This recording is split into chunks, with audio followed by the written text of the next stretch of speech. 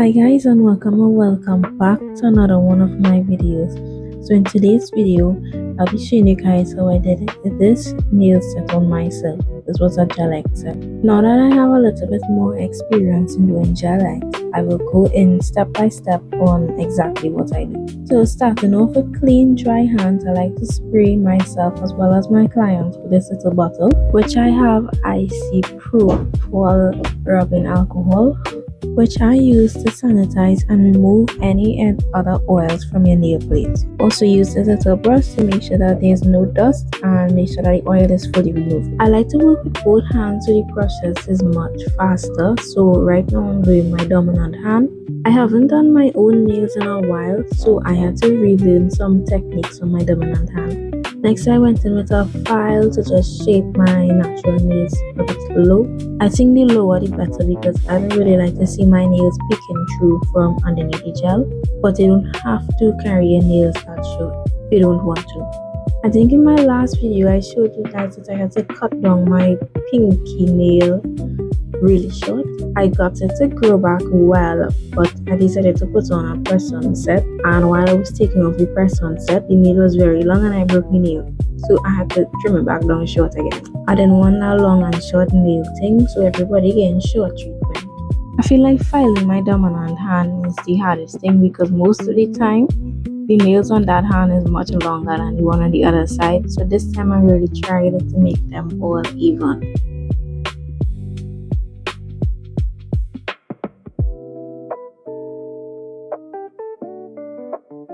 Once I'm satisfied with it, I will go in and take my little duster brush and dust all the dust off. Then I'll go in with my cuticle pusher and push back my cuticles. This process should not hurt.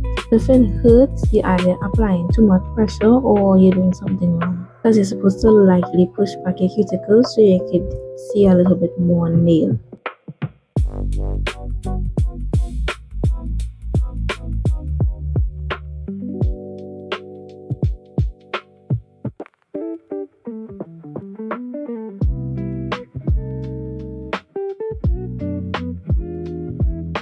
I would now go in with my flame drill bit and I will now lift the cuticle. This bit should not touch any part of your actual nail. It should just lift the skin a little bit off the nail. And when you're lifting or removing the cuticle with the E-file, the drill direction matters because the bit is designed to work smoothly in one direction on each side of the nail. So if the rotation is wrong, the bit could grab the skin or feel rough or not clean properly.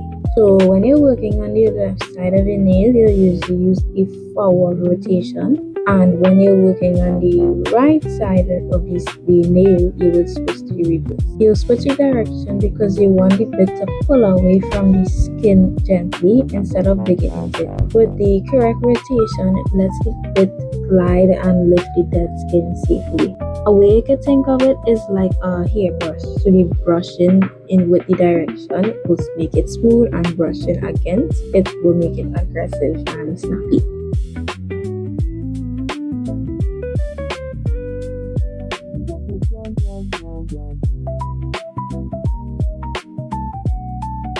I'm going in again with the alcohol just to make sure that everything is sanitized and clean. Then I'll also go in with my brush and dust away any dust that may have gotten stuck or trapped. Me and that alcohol is best friends because I like to use it through almost, if not all, but every step of the way. Now that one hand is done, time to go in and do the other hand. This is my dominant hand, so I'm making sure to go in extra slowly because I want to make sure that I'm doing this properly and I don't damage or hurt myself.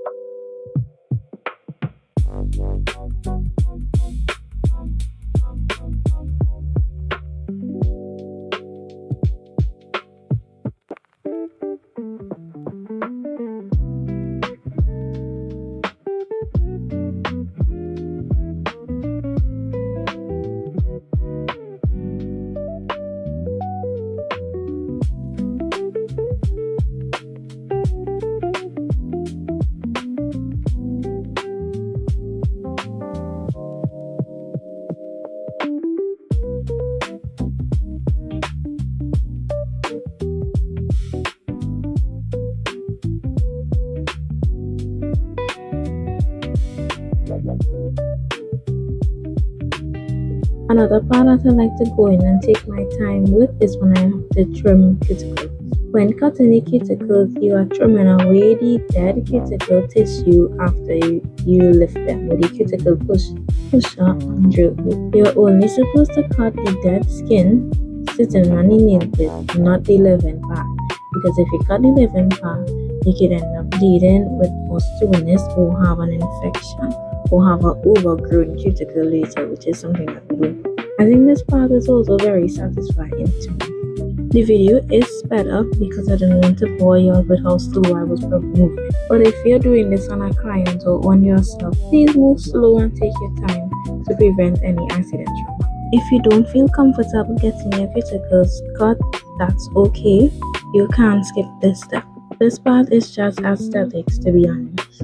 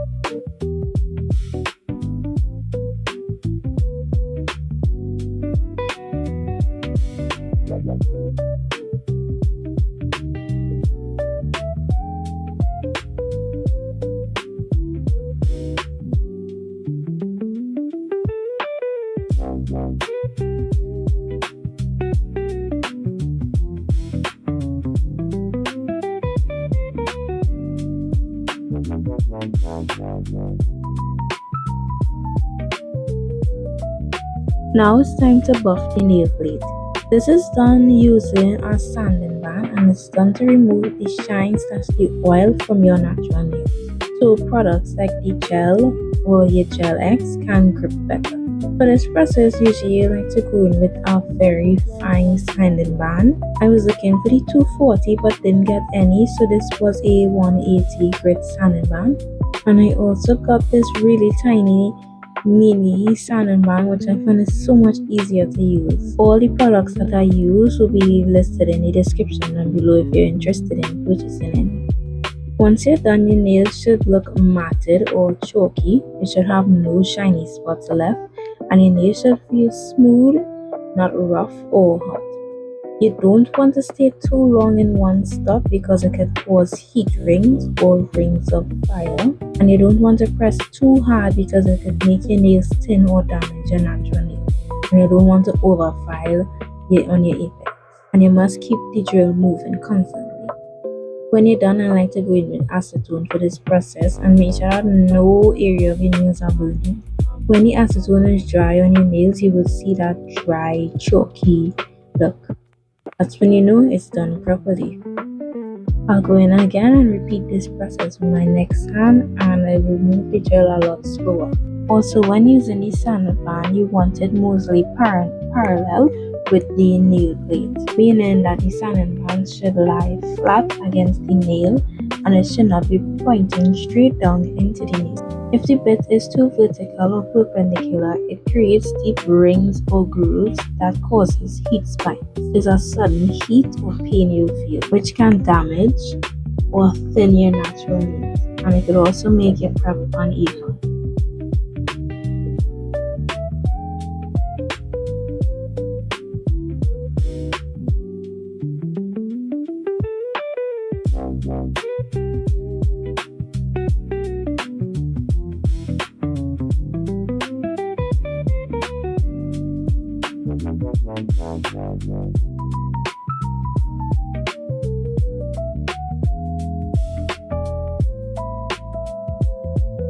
Now it's time to go in with my dehydrator and my primer. The dehydrator is used to remove oils, moisture, and any dust that may have been on the skin, so that the product could stick better. Think of it like drying out the nail temporarily before the application. And primer is used to help create a strong adhesive between the natural nail and the gel products. Think of it like double-sided tape between the nail and the enhancement. The primer is a bit sticky, so I like to use it on the hand that I'm going to apply the Gel X tips to first.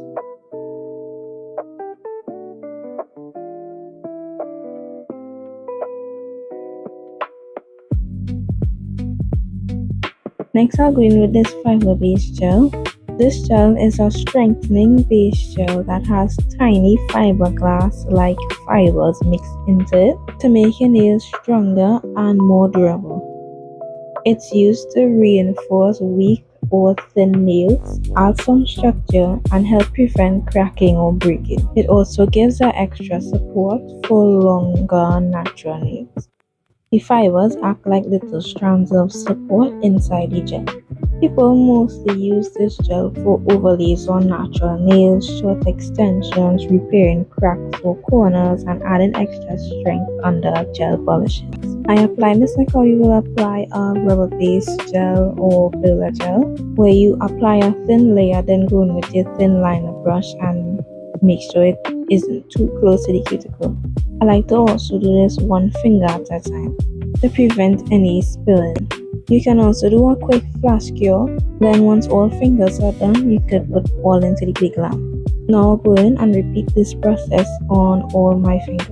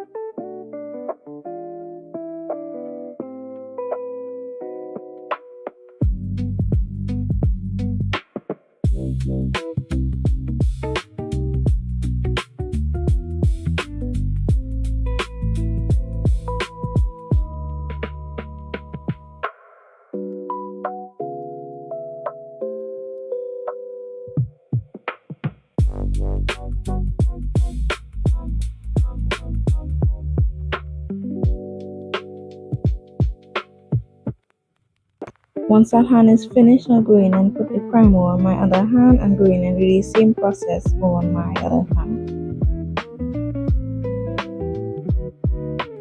Once that process is done, it's time to go in and size my tips. These are the nail tips that I use currently. Today I'm going to go in and do some almond nails. So I'll take the tip and make sure that it fits good sidewall to sidewall.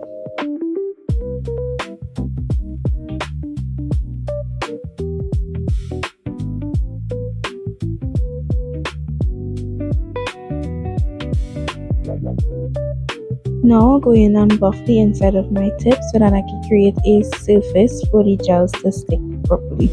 Some tips come pre-filed, so you don't have to do this step, but mine didn't, so I had to do it.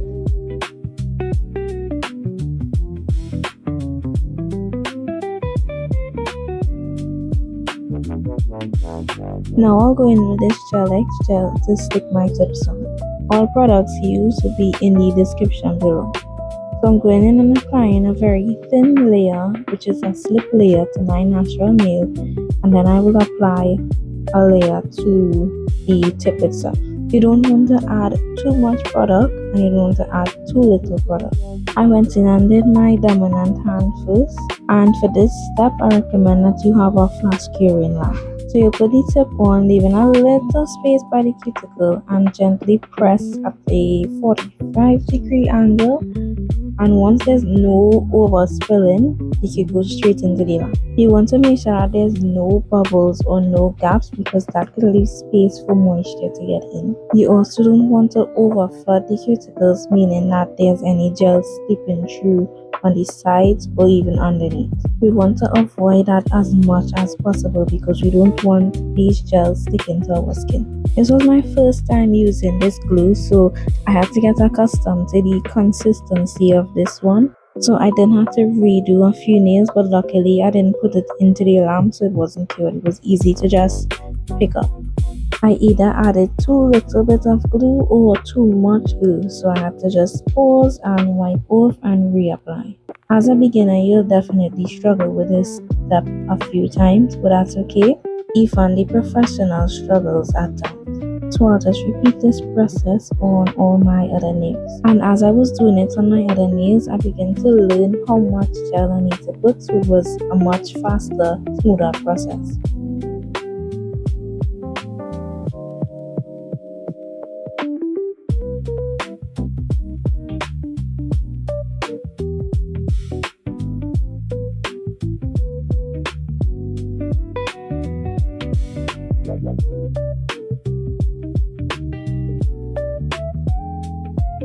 I was deciding whether I wanted to leave the nails this length or I wanted to cut them a little bit shorter, but I decided to just neaten up the tips itself and I left it that way. Now I'm going in with my sanding band and I'm going to blend the tip into my nail. Blending the tips in means making the edges smooth where the tips meet the natural nail. So the transition from the nail to the tip will be seamless and you wouldn't have this visible ridge. I'll also be buffing the nails one time. This will also help in removing any overspilling that you may have had while applying the tips.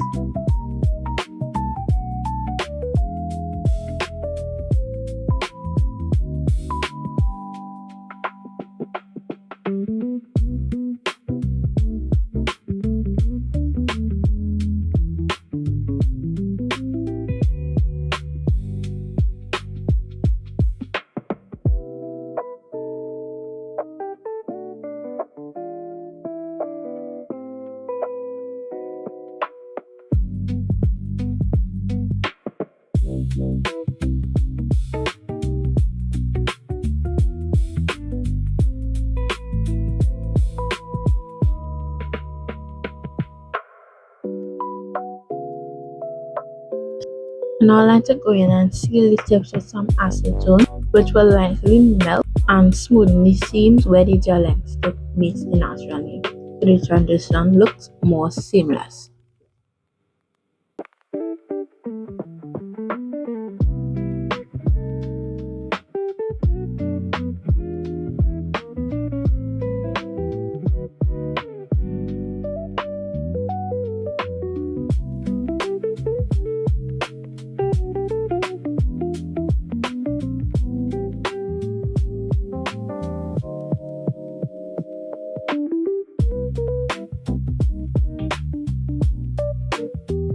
One hand done, time to do the other one.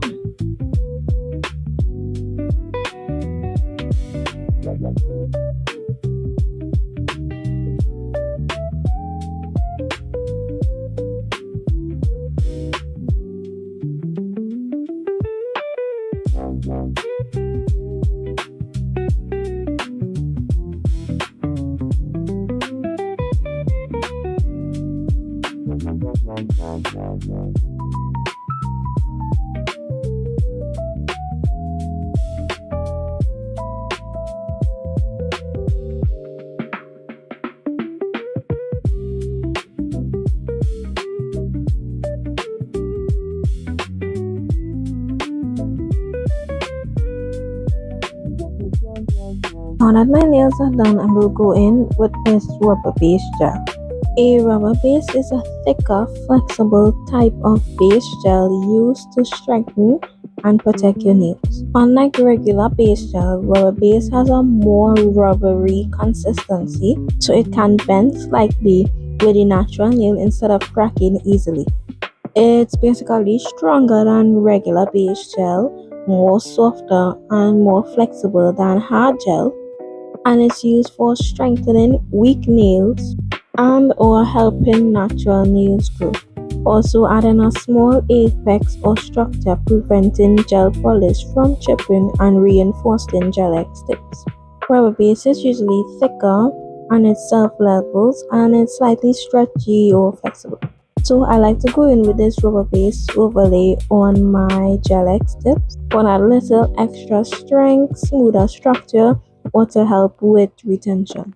Just like any other gel products, we don't want this product to flood your cuticles or touch your skin, so make sure to clean up as you go. For this gel, you want to apply a thin slip layer. Take a small amount of the rubber base and brush a thin layer over your nail. Think of it like a gripping layer.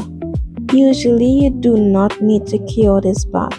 Next, you want to build structure, so pick up a slightly bigger bead of the rubber base and place it around the apex, which is the middle upper part of your nail, and then gently float that gel around your nail. You want to keep the cuticle area thin, the apex slightly thicker, smooth sidewalls. This gel will self-level, so once that's done, you can turn your finger upside down for a few seconds and use a liner brush to guide the gel. Once that is done, you can cure for usually around 60 seconds. I like to do this process one finger at a time.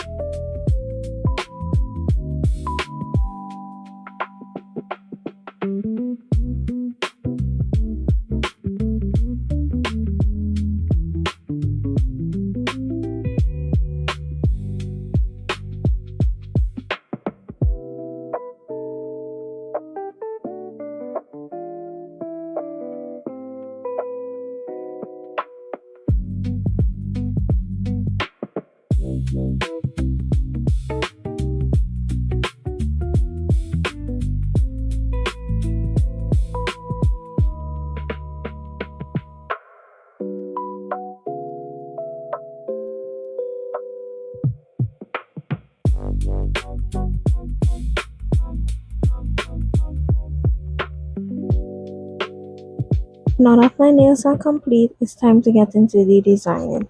This design was fairly simple. Instead, I wanted red French tips, so I'm just going in and doing some red French tips.